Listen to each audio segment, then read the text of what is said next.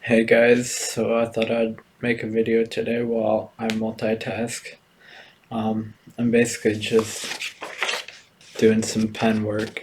I hate to say that as if I'm an actual artist or anything, but I did like a self-portrait, and you can't really see everything wrote on there, I guess, with the camera, but it's like a self-portrait, but also just like writing down a bunch of bullet points of like thoughts. Um, Not necessarily to take ownership over every single word on here, because some of them I take inspiration from, like, say, Jocko Willink or David Goggins or even Jordan Peterson, but some of it is progression in thought that I've had too. So it's just like, it's like on one side of it is like a positive attitude, and the other side is like a negative attitude. And I'll go over plenty of it while I'm making the while I'm sort of doing the pen over the words to like give them more or to make them pop out a bit more. So I'm not this. I'm gonna do a little shout out to Trader Joe's because I've been drinking a lot of like spring water, or like I guess this is artesian water. I guess I'm just looking for like good pH and some mineral content, just so it's not completely dead water. And I'll throw like this snake juice in it, which is like, if you look into snake diet, like I get a recipe for electrolytes and stuff through that. It's like salt, potassium, magnesium. And the reason why I'm giving that shout out to Trader Joe's is because like I got this huge ass fucking, like, it's almost like 4 liters of water, and it's like each liter is less than $1. So it's like the best price on this kind of water that I've been able to find. So it's in a convenient fucking, like, I can like mass produce snake juice. So yeah. And the kind of person I am is the kind of person that will just take this whole jug and just take swigs out of it. So cheers.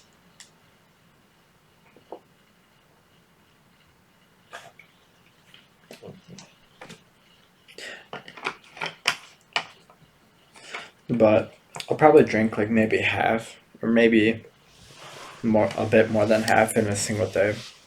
If I'm doing like a water fast, it'll probably be about that much.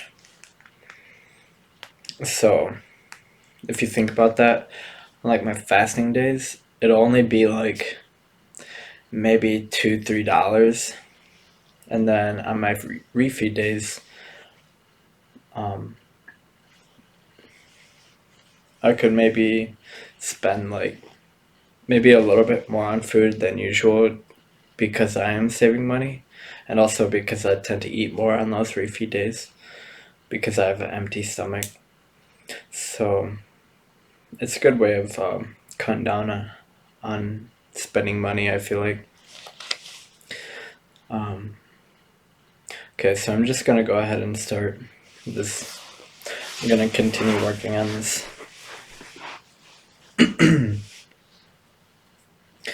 So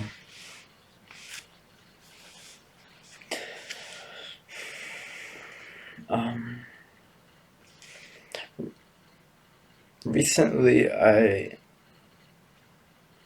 ran my first half marathon,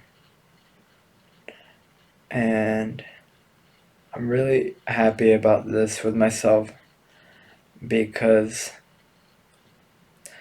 I I don't think I've talked about this yet in the videos, but I want to run a 100 mile race, an ultra marathon, before I turn 22. And I registered for this race called the Hallucination 100 Mile, which is very, that's tremendous how it's called that. So I'm probably going to meet a bunch of hippies that are addicted to running. So I registered for this race, and it's in September, and right now it is December. So I have like 9 or 10 months. So right now, in terms of training, I am on track for now. And so I don't know how accurate this Fitbit is, but it told me it was something like it was like 14 some miles that it said on there. And I think it's only at like 0.5 miles before I started. So I think it was hopefully at least a half marathon. So I'm just saying I ran a half marathon based on this Fitbit. Um, and I guess I'll be basing my training off of that, off of what my Fitbit tells me. So surprisingly, this half marathon that I ran recently, it wasn't like it was just on my own. Like it's basically just like trying to get the distance in. Like it wasn't competitive event or anything. So when I ran this half marathon, it was for some reason it was actually not that hard. Like I'm not even trying to um what like flex or whatever. Like it wasn't that hard. It was a little hard towards the end, but like I think the reason why it wasn't that hard was because the distance and the way that I basically put off looking at my Fitbit distance for as long as I possibly could. So I was just running, like there wasn't any, I don't know, there wasn't, I wasn't obsessing on like how long I have to go or anything like that. Um,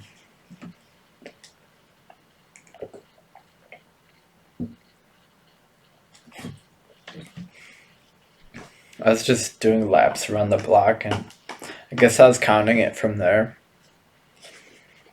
And but that I don't know. And I feel like because it's getting colder here, like the way that like my body gets kind of numb while I'm doing the running. It wasn't that bad. Like towards the end of it, I was actually doing some sprints. Like it was really badass. I'm not even gonna lie. Like I'm not a sprinter by any means, but if anything, I'm actually learning to do sprints. But it's like I was getting really comfortable at this pace that I was going, and I know that um, like there's this guy Zach Bitter who currently holds some world records for the fastest times for these ultra marathons, and he'll do them at like a 6 minute and I think like 45 minute pace or something like that. So when I'm out there running at what like I don't know, probably like a 12 minute pace or something, like I don't know, towards the end of it I was feeling pretty comfortable, so I was like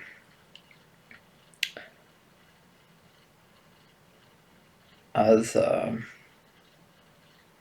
feeling some pressure for my inner dialogue to um, do some sprints. And those sprints that I did, they were some of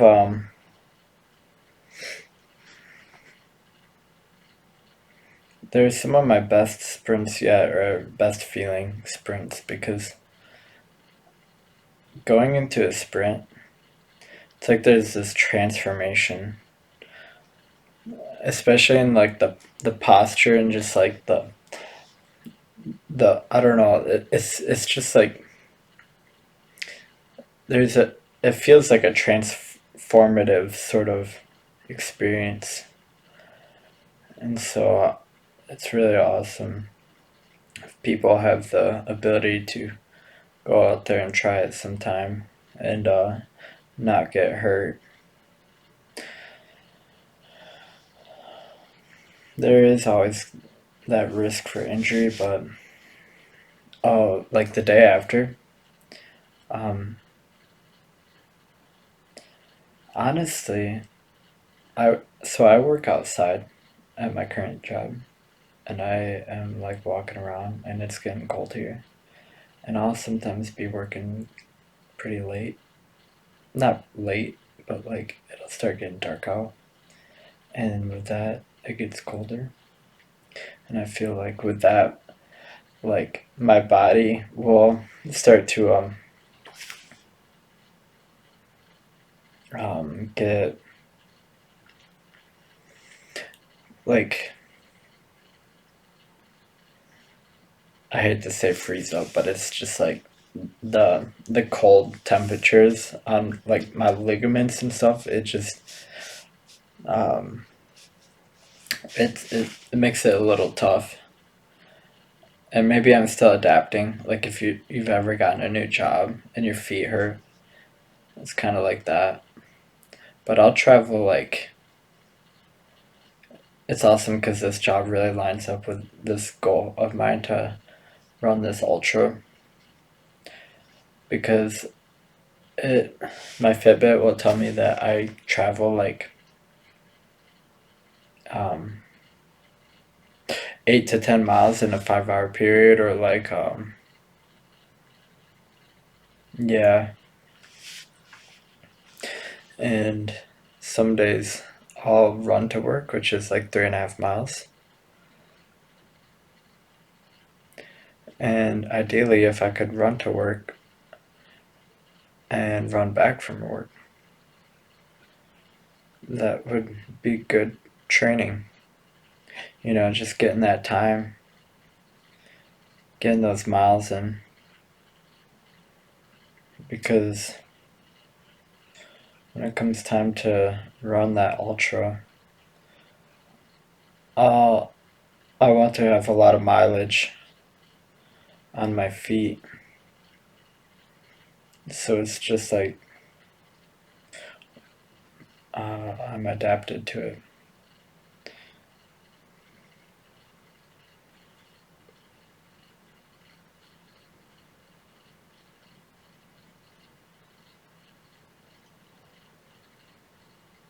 Okay, here's a baller as fuck quote that I've come to.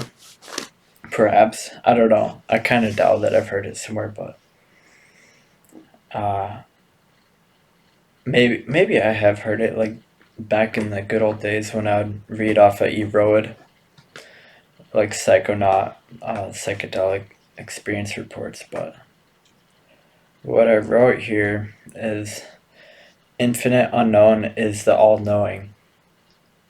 Basically, what I mean by that, like, um, there's all the things you could know, and in essence, everything that you could know, the transformation a person undergoes when they face what they could know is good. Because it's a transformation towards, it's a becoming towards the all knowing. That's what understanding is, and it's like a philosophy of mine that basically that's how I define love is understanding. And not to say that I live it, but I feel like on my experiences this has been true so far. Because I don't know. I guess there could be some ways to take a crack at it, and debunk it. Uh,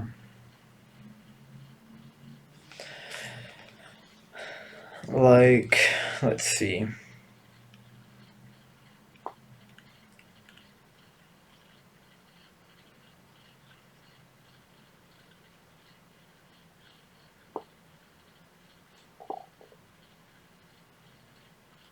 Like, if you are driving a car,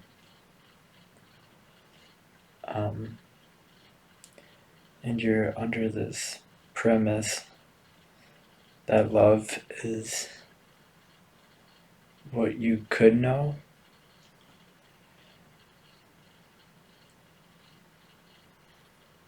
I don't know why this comes to mind, but it's like maybe it could be misconstrued, like in terms of like, I don't know, like going out and getting yourself hurt.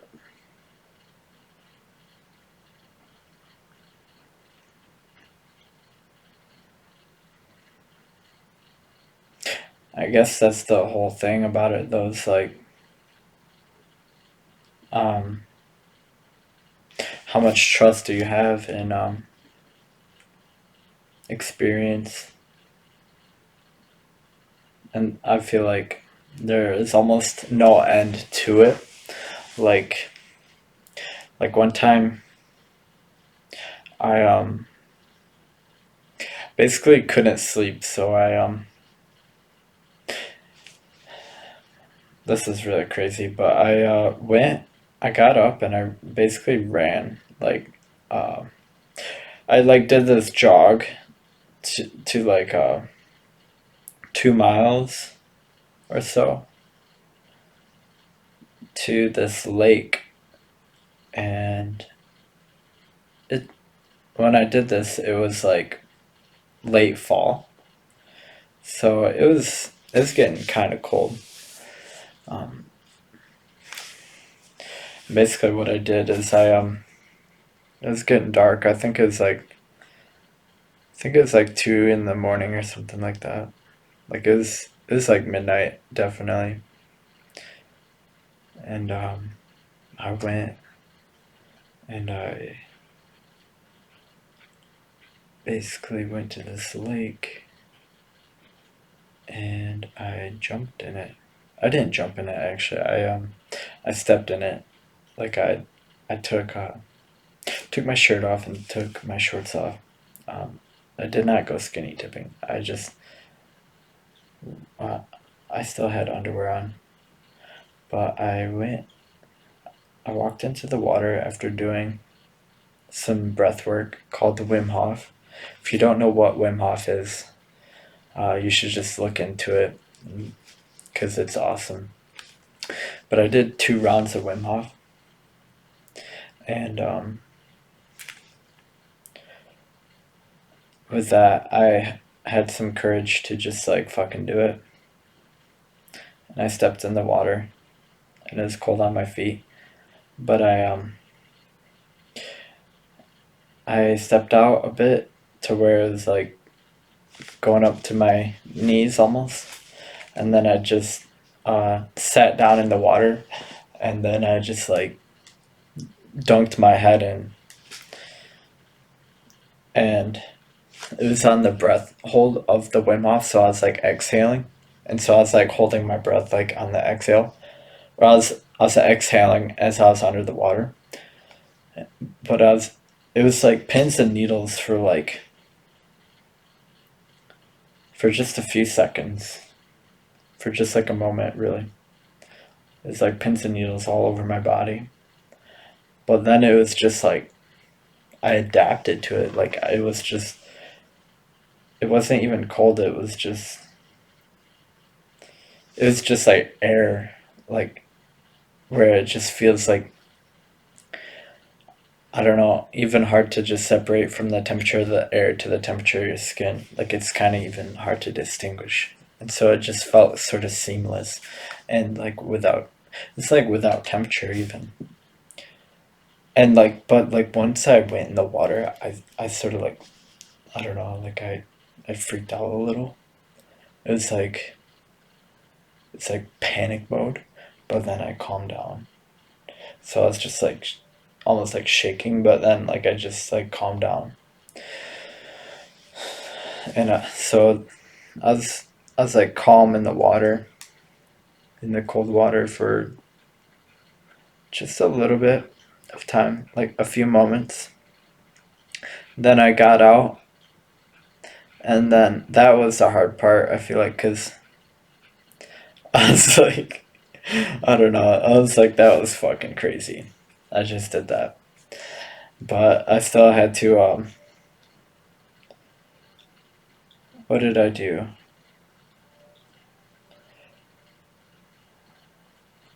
I think I just put my shorts back on, and I took my socks off, or I took my socks and I wiped the dirt off or the sand off of the bottoms of my feet, and I just put my shoes on without any socks. They're like running shoes, Brooks, but I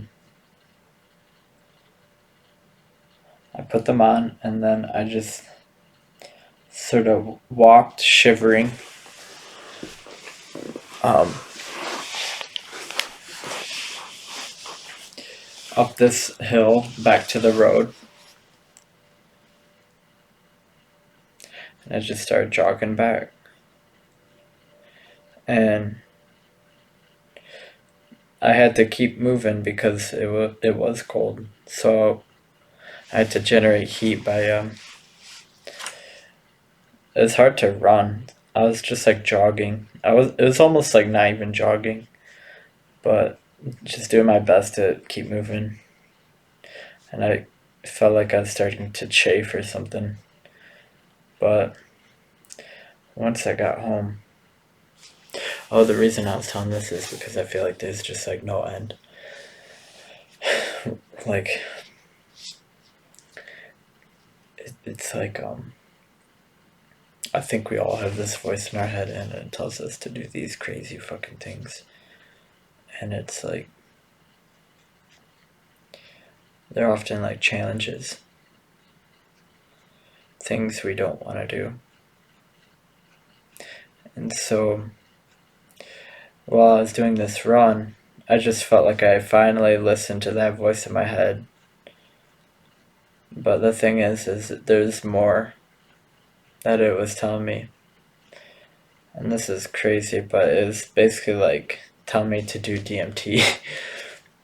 And I actually really am afraid of DMT sometimes. At least when I'm really in my head.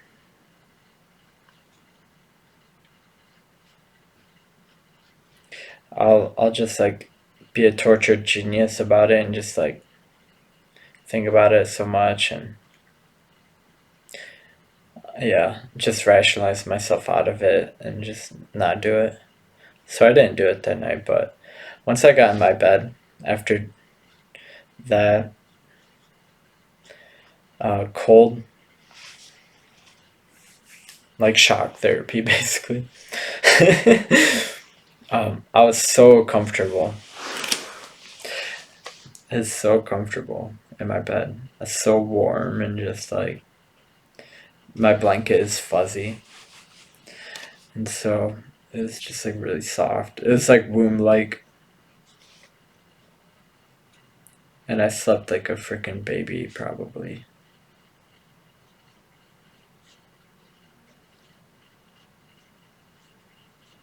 But yeah, I didn't do the DMT.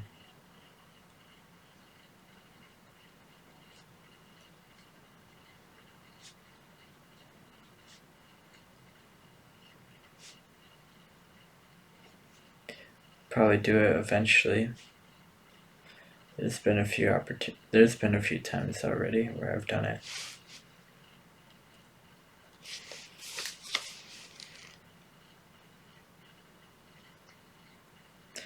But yeah, it's not like I feel the impending need to do it, so.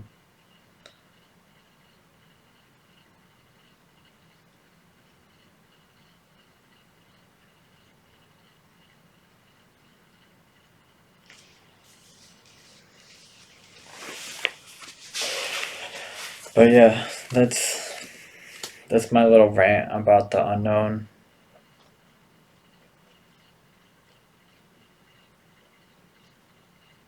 Like facing what could be known.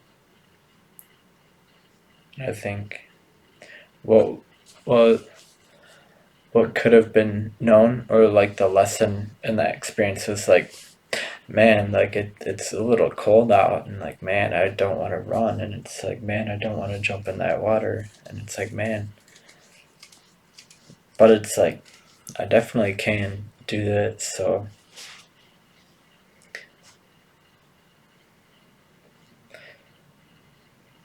I almost didn't do it though, because I remember David Goggins, something he said was like, don't go out and kill yourself. Like, that's not what I'm telling people to do.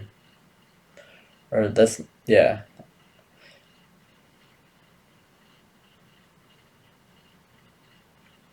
And a part of me was like, man, what if I go to this lake and there's some fucking crazy shit going down? Like, what if, it's just like that. What if someone's doing some not good stuff down there? Like, it could have been dangerous. But once I went down there, once I was on the roads, it was like, no one's out here. There's no one. Yeah, there's no one there.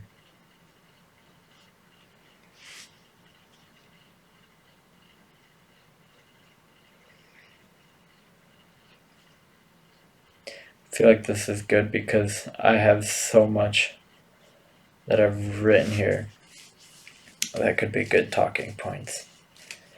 Um, but I'll talk about something in hopes that I have some progression of thought on it. So,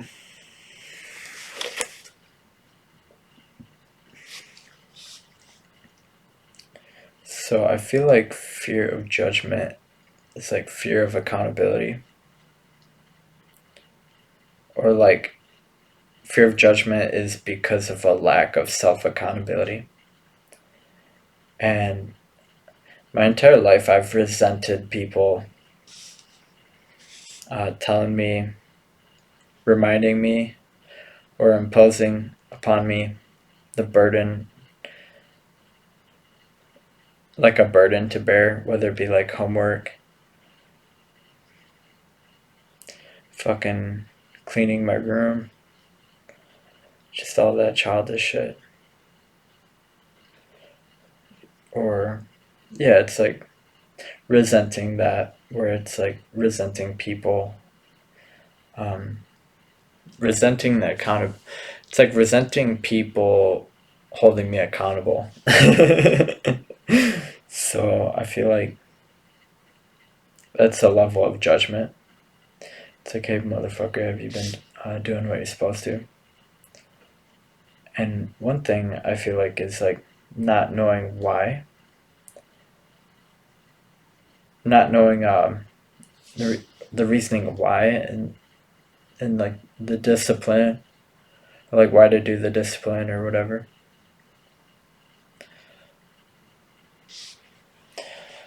And another thing is,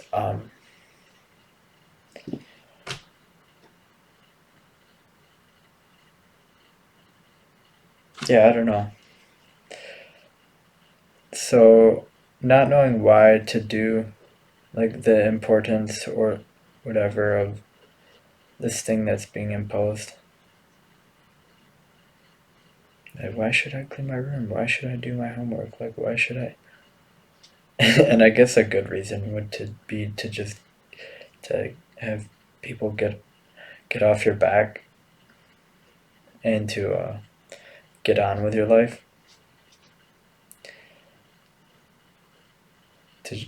sometimes to not fight people's terms and to accept their terms. But that's kind of something that I'm not 100% on, because, at least not right now, because for me, I feel like a big reason why people are addicts basically is because of wanting to please other people, not being able to say no to people. If that makes sense. And so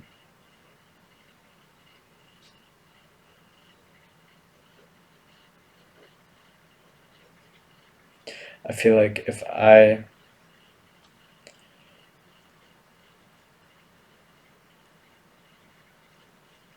but the thing is like I have some, I guess, yeah,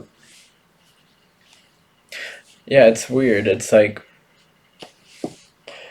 I feel like it can be sort of toxic to want people to like you.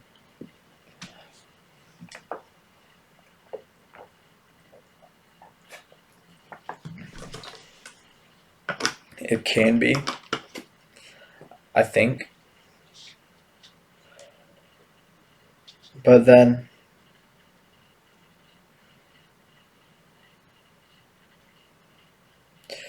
sorry if I am a bit paused in my speech. I'm doing okay. Okay, so one thing is like wanting people to like you can be, I think, bad, because it's like you don't have that capacity to say no, and like have that individual sovereignty to make your own choices and to like trust yourself.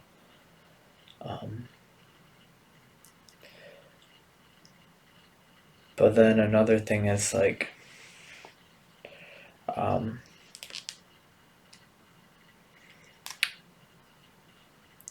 it can be a sign of immaturity to have people try and hold you accountable. Or like what I mean by immaturity is like you don't have self accountability. So it's like other people come along and it's almost like they try and parent you or something.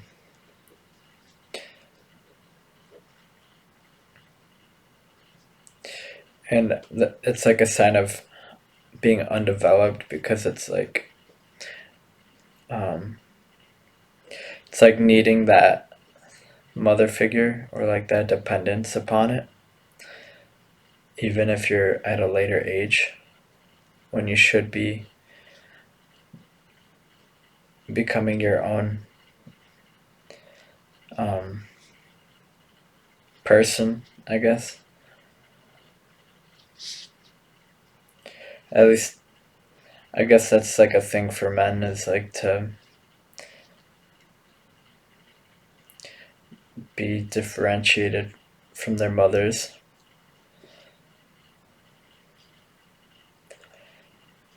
To where I'm not so sure that's, I don't know why I'm saying this, but just because I read it. Where females, I guess, they can still be not so differentiated from their mothers. Like men are supposed to be the more exploratory types, I guess.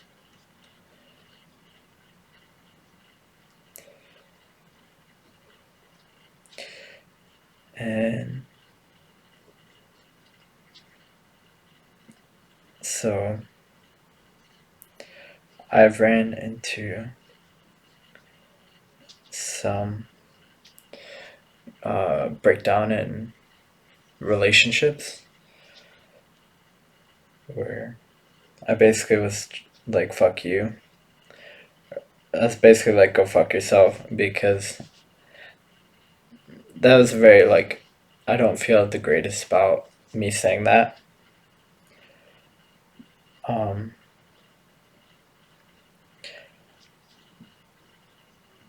but it was because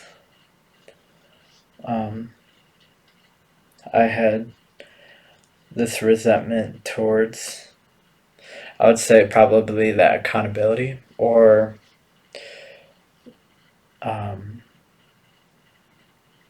maybe that, or I felt like this person was defining me in a, like, treating me as if I was determined, or like determined as in like um,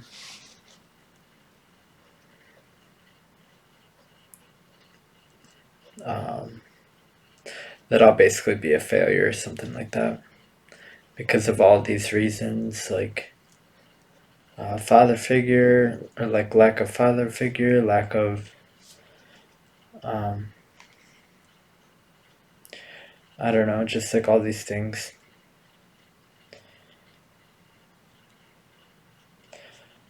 And basically saying like I'm the perfect formula for being a fuck up. And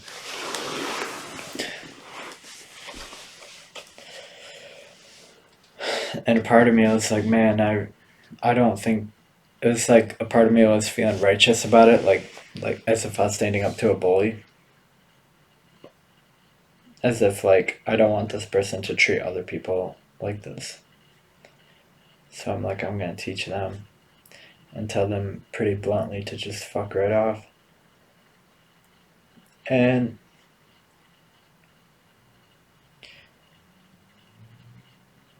probably could have said it in a more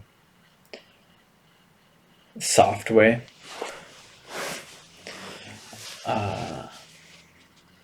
Not quite sure the perfect way of doing that though. Maybe to just like, I prefer right now if you don't, or if I could have some space and not um,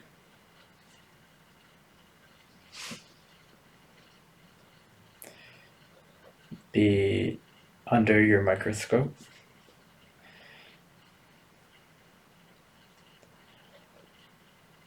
But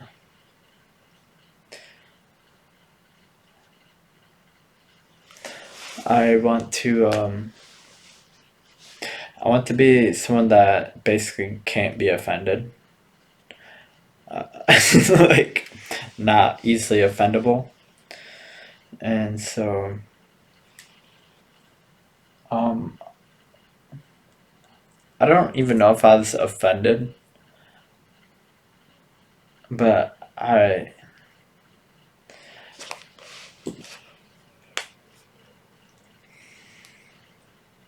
guess it was like us being defensive.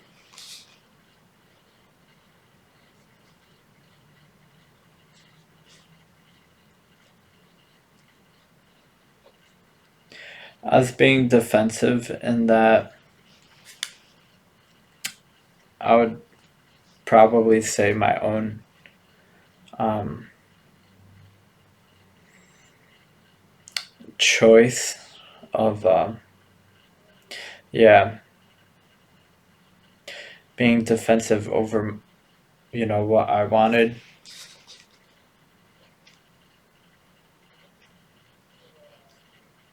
And I think what I wanted, what was it?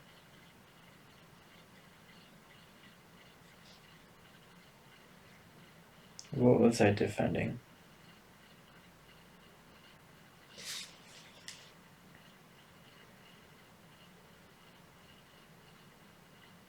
Oh, it was probably a carnivore diet.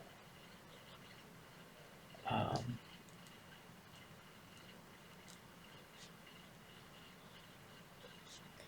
Carnivore diet. I'm not carnivore anymore.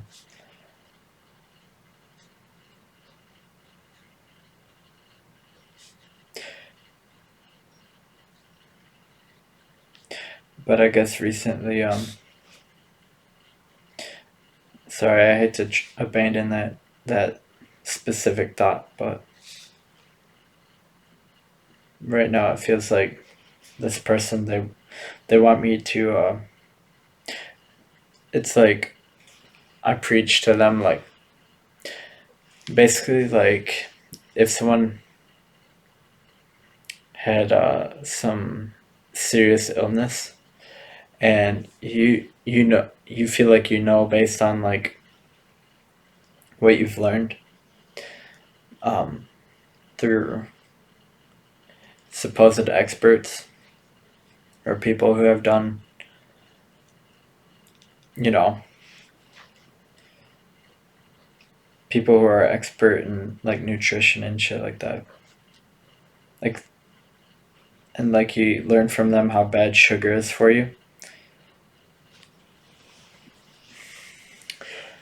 But I took it to the extreme because being a carnivore, there's a lot of pathology, I would say, in uh, like every you start to see every food that's not meat as like a threat to the body because it is an elimination diet. And so you start, you're like, oh, you're sick because you're not doing this elimination diet. To where a less extreme version would of that would be like, you need to cut sugar out, you know, because this is making you sick.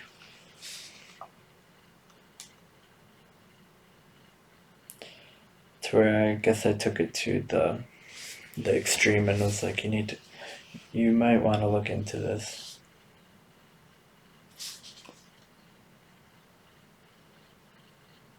And so I was met with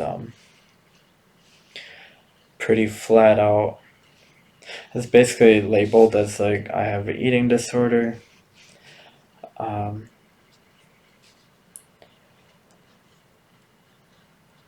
that I am narcissistic,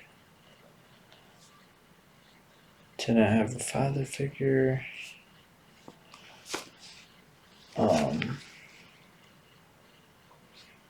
that I'm not humble, um, that I'm failure in school, that what else?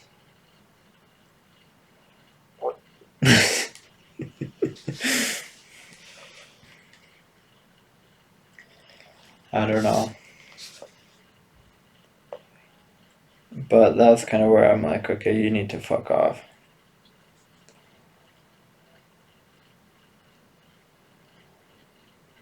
Um, but recently, this person has been telling me that I need to go study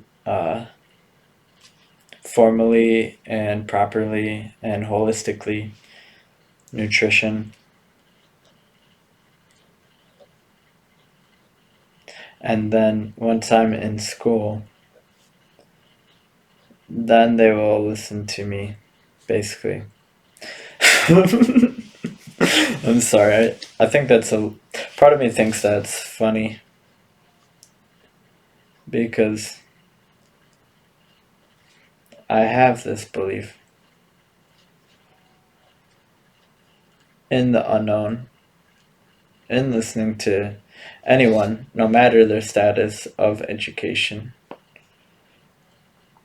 because everyone has their experience.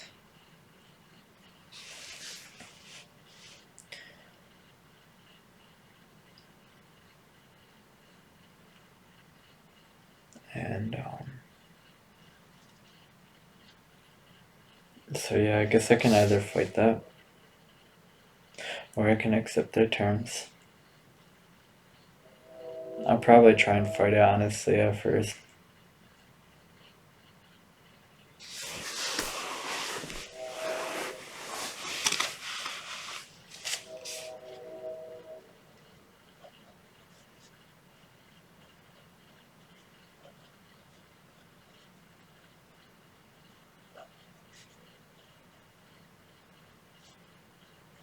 Yeah, I feel like people nowadays, they are very trusting of their doctors, to where there's many cases of people getting pretty fucked up from taking the drugs that their doctors suggest or like impose upon them. Or I don't know if impose is the right word, but like, yeah, just as people, I guess I'm big on taking ownership over um, what's killing you. You know, like taking ownership over your own health. Not saying I'm the most healthy person, but I have spent a lot of my focus, what I think is a lot of focus. Obviously, there could be more. Like, where I might think hundreds of hours is a lot, there's probably thousands of hours, you know? So, or tens of thousands of hours. So, but maybe that's a fallacy of time, like just commitment to ideology or something. Maybe I'm getting a little off track here. Um,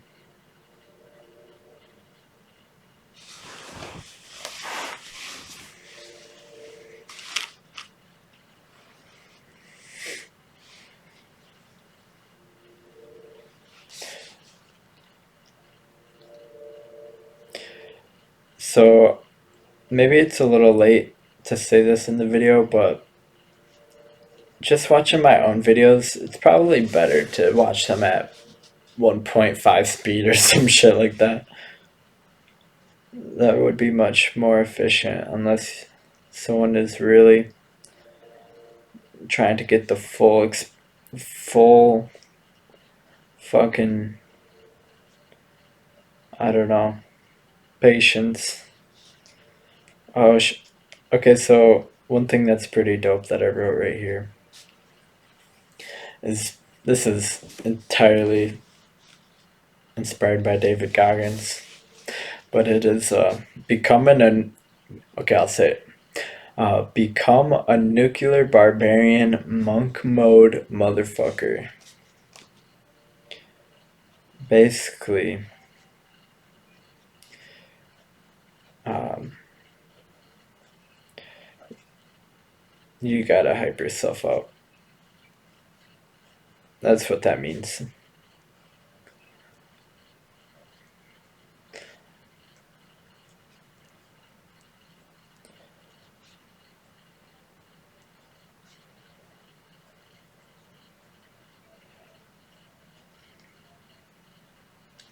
Yeah. Okay, so it's like I can either accept their terms and be like, okay, roger that. I'm gonna go to university. I'm gonna pay the price. Like, I'm gonna pay the price. I'm not gonna get any of my family members in debt or anything like that. Probably have to work more. Probably have to give up some things. Um,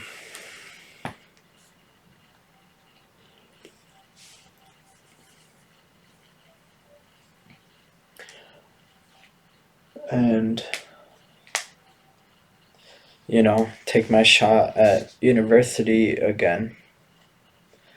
Last time I took a shot at university, I was like, fuck, this is boring.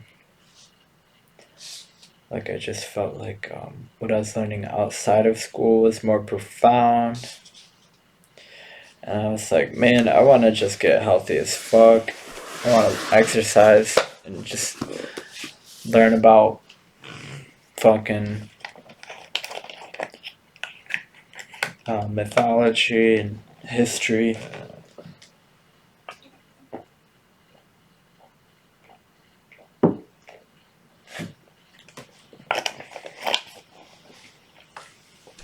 Yeah.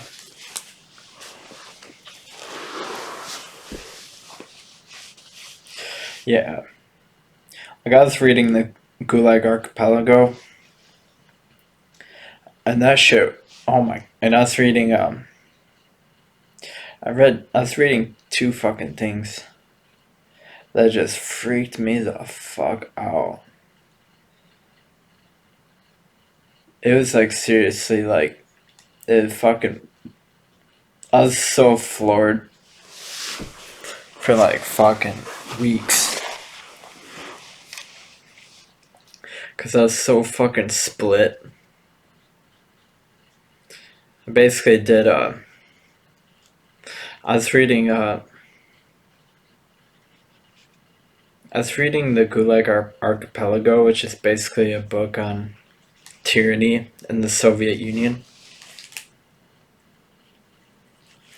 And then I read this book by a student of Carl Jung called The Origins and History of Consciousness. That book was basically about the ideal hero and the opposite of the ideal hero, or like what the hero faces, like death ecstasy, or like a sort of like a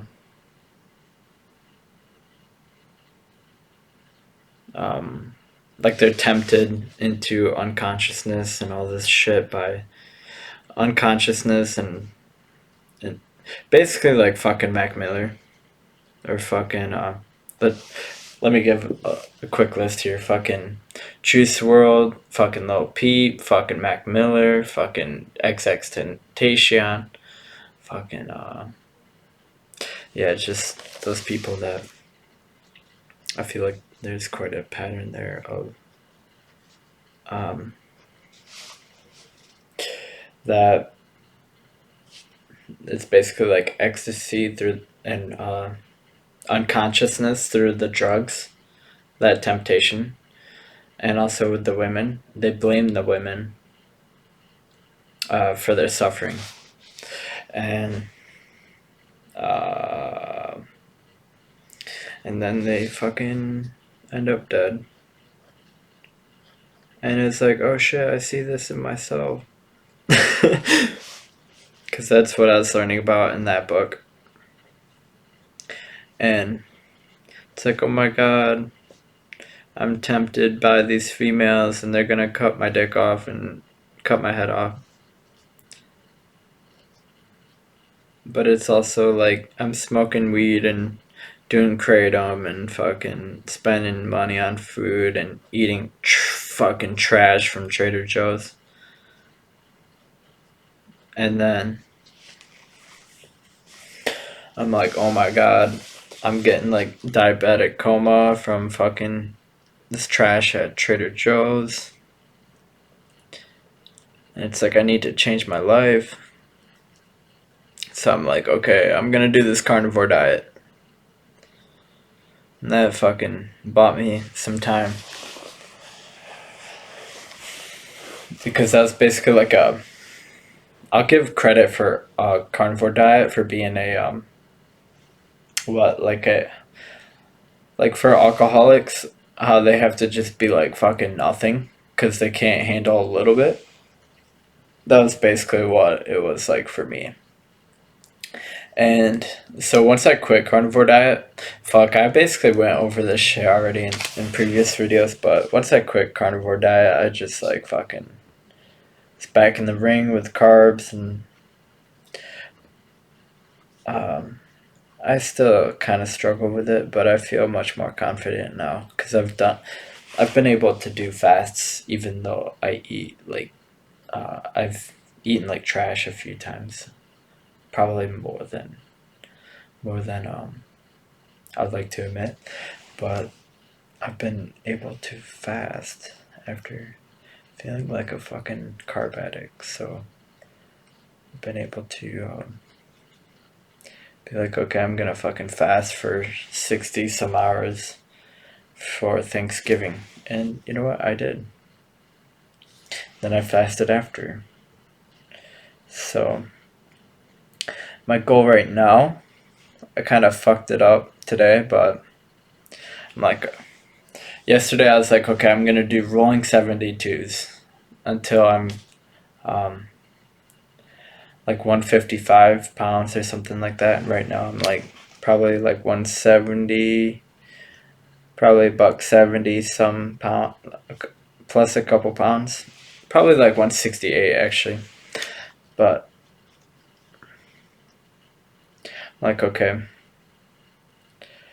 I'm like okay, I'm gonna do 72-hour fast until I get down to 155, because 150 I got down to 148 when I was doing those longer fasts, but that's not really sustainable as a habit.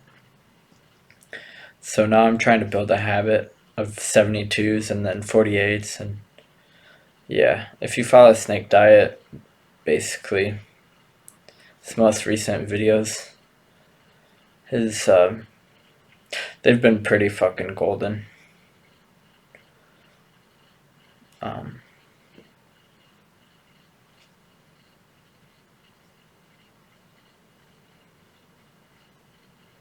oh my gosh, I just say that because I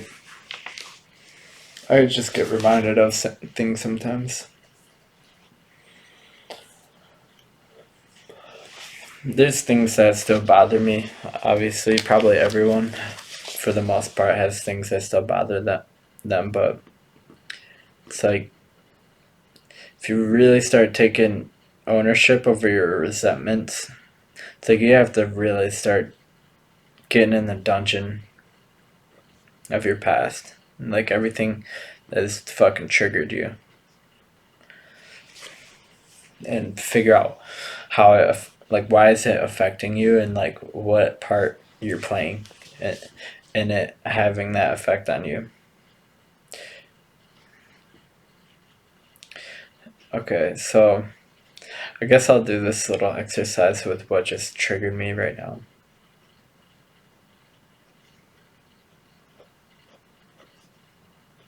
So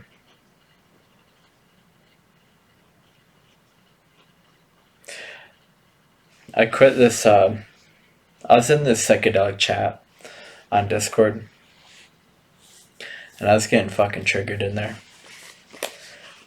because I was doing my carnivore bullshit.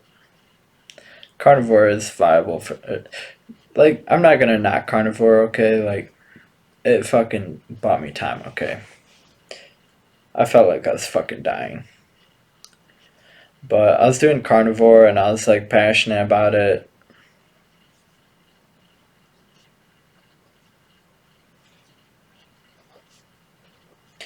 And so I talk about it in the psychedelic chat, and people fucking thought I was a loon.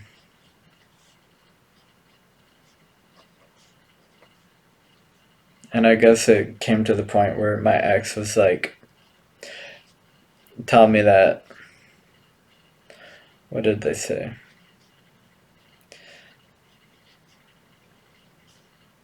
Oh, it's like they have a hard time not making fun of me or something like that. Okay. That's that's fine. Like, I've been made fun of so much in my life.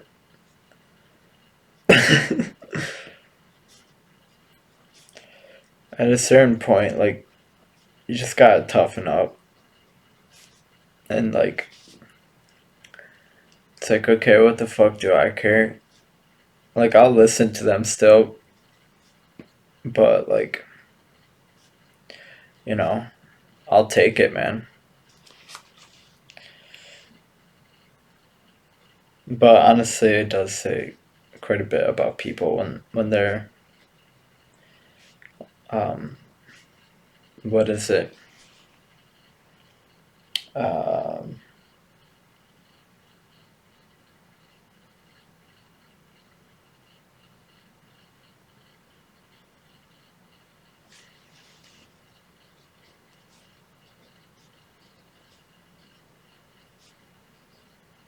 Basically, like when people point out when they have that fault findingness in others.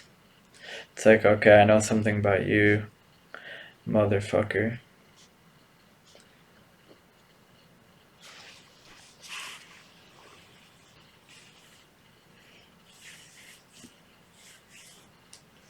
Yeah, like fuck that. I'm not. I'm not gonna be fucking crippled by people that um, show me my weaknesses. I've had that several times now, and it's like I may actually feel gratitude. Like, oh my god, I was I was a little fucking blindsided there. Thanks for your perspective.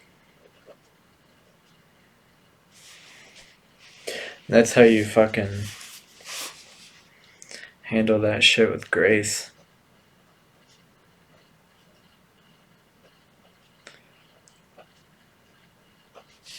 Is you may be fucking weak, fucking fat, may be, I don't know, whatever the fuck it is. But then you take it, you hold yourself accountable. And I'm still trying to figure out the accountability part, but you just start to work on it. And then you come back, and then you're like, look at me now.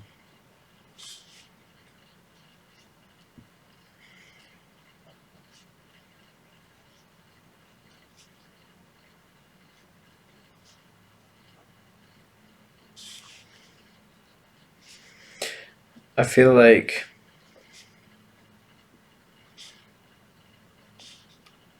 it does kind of upset me when people go out and judge people like that, because I feel like it can exacerbate some people in the sense that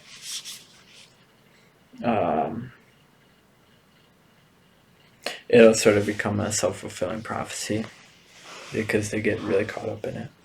They don't really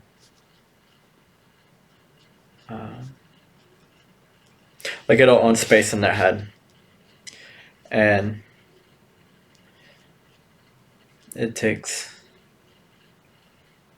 I'm no master of it, but it takes persistence, courage,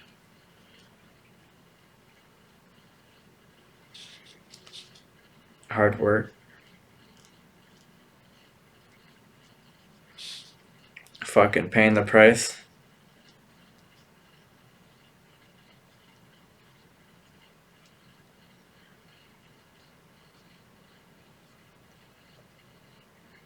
And typically people who point that shit out are probably struggling with it themselves.